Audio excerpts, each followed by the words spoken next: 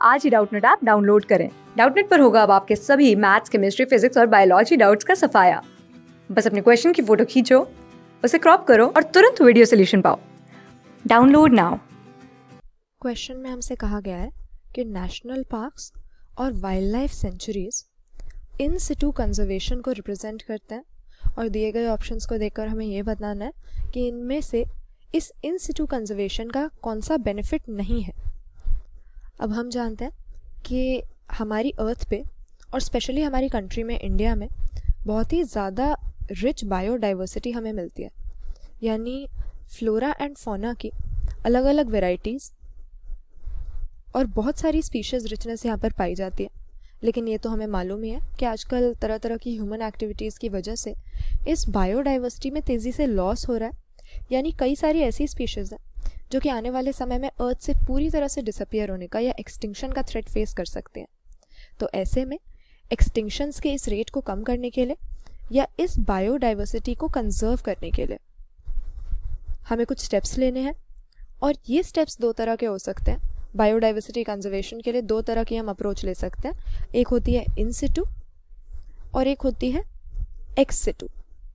तो जैसे हमें नाम से ही पता लग रहा है, इन सिटू मतलब ऑन साइट, यानी किसी भी प्लांट या एनिमल को उसके नेचुरल हैबिटेट से निकाले बिना उस हैबिटेट के और उसके सभी कंपोनेंट्स के सहित प्रोटेक्शन देना इन सिटू कंजर्वेशन कहलाता है। जबकि एक्स सिटू कंजर्वेशन में हम उस पर्टिकुलर एनिमल या प्लांट को उसके हैबिटेट से निकाल कर ले आते हैं और ह्यूमन केयर के अंडर उसको रखते हैं प्रोटेक्ट करके।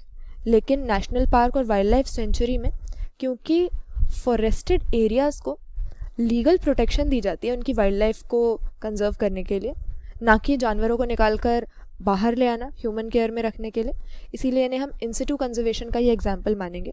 और इन सिटू कंजर्वेशन के क्या क्या फ़ायदे होते हैं, यहाँ पर ऑप्शन ए जो है वो सही नहीं लिखा हुआ।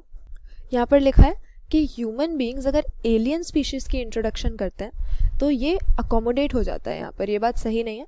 हम जानते हैं कि एलियन स्पीशीज़ जो इन्वेजन करती हैं किसी भी इकोसिस्टम के अंदर, वो कई स्पीशीज़ के एक्सटिंक्शन का कारण बन चुका है। क्योंकि किसी भी नेचुरल इकोसिस्टम में आप अचानक से या तो जानबूझ के या गलती से भी कोई नया ऑर्गेनिज्म अगर इंट्रोड्यूस कर देते हैं तो ऐसे में बहुत ही अनप्रिडिक्टेबल कॉन्सिक्वेंसेस इसके हो सकते हैं।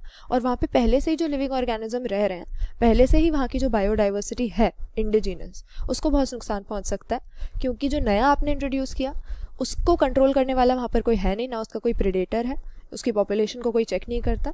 जबकि जो वहाँ की पहले से स्पीशीज़ होती हैं उनके साथ बहुत ज़्यादा कंपटीशन करके उनकी पॉपुलेशन को ही डिक्लाइन कर सकता है। तो अगर ह्यूमन बीइंग्स इस तरह से एलियन स्पीशीज़ इंट्रोड्यूस कर देंगे तो क्योंकि हमारे इन सिटू कंजर्वेशन में क्या हो रहा है, हम लीगल प्रोटेक्शन दे रहे हैं फॉरेस्टेड एरिया को नेचुरल हैबिटेट के अंदर या प्रिस्टीन स्टेट में प्रोटेक्ट कर रहे हैं हम लिविंग ऑर्गेनिजम्स को।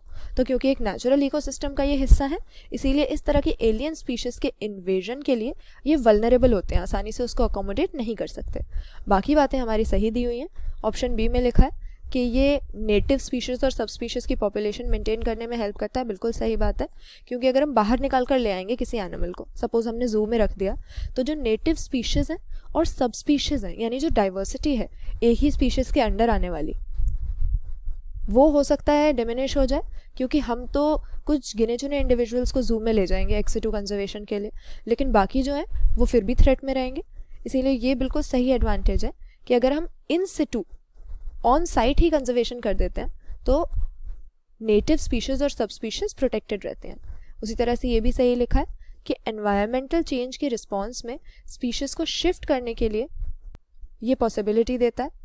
जब भी नेचुरल अपनी एनवायरमेंट में रहेंगे तब तक तो एडेप्टेशन करते रहेंगे, लेकिन अगर हम उनको निकाल के ले आते हैं एक्स सिटू कंजर्वेशन करने के लिए तो कुछ समय बाद, कुछ जनरेशन्स बाद हम देखेंगे कि अपने नेचुरल हैबिटेट में सर्वाइव करने की उनमें एबिलिटी ही नहीं रहती है, वो हम पर पूरी तरह से निर्भर हो जाते हैं। और एंड में ये भी सही लिखा है कि इससे जेनेटिक डाइवर्सिटी कंजर्व होती है।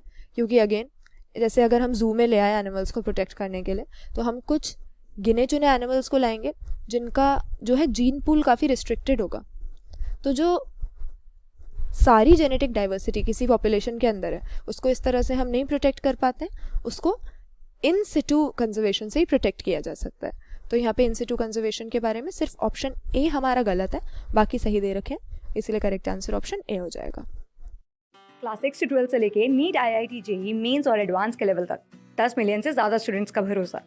आज ही डाउनलोड करें डाउटनेट ऐप या व्हाट्सएप कीजिए अपने डाउट्स 8400 400 400 पर।